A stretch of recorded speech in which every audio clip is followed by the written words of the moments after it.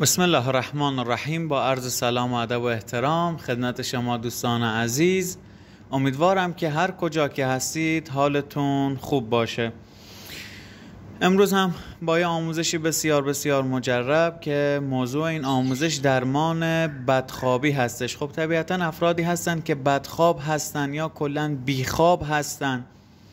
میتونید این دستور رو انجام بدید و نتیجهش رو هم خواهید دید.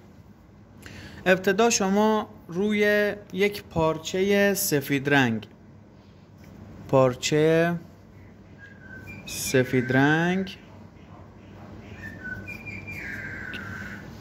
روی یک پارچه سفید رنگ تمیز باشه، نو باشه، با حالا قلم مشکی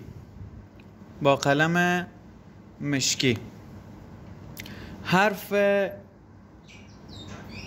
نون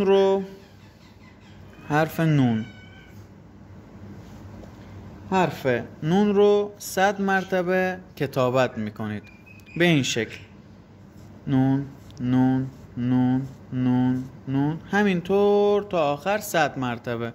وقتی که کتابت کردید تمام شد، این ذکری رو که من میدم خدمت شما: یا نور یا نافع،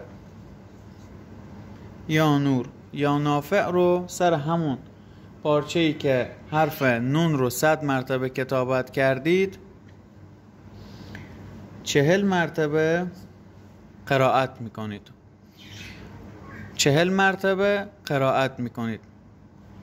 یه نکته یادم رفت: اسراف امار مکان و عمل تحسین رو که من در کلیپ های قبل بیان کردم.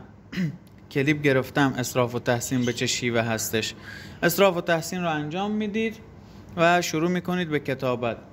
2 رکعت نماز همیشه قبل از کتابت یا هر عملی که میخواید انجام بدید بخونید و هدیه کنید به اعتقاداتتون. و وقتی که کتابت کردید و اسم یا نور یا نافع خداوند رو 40 مرتبه روی اون خوندید، تا بزنید و زیر حالا بالشتون قرار بدید. شک نداشته باشید که از اون شب خواب راحتی خواهید داشت به اذن خداوند. در آخر کتابتتون هم اسراف امار و مکان رو که دور کرده بودید برگردونید. این بود از آموزش امروز ما. امیدوارم که خوشتون اومده باشه. تا آموزش دیگه شما رو به خدای بزرگ و منان می سپارم. خداوند یار و نگهدار شما باشد.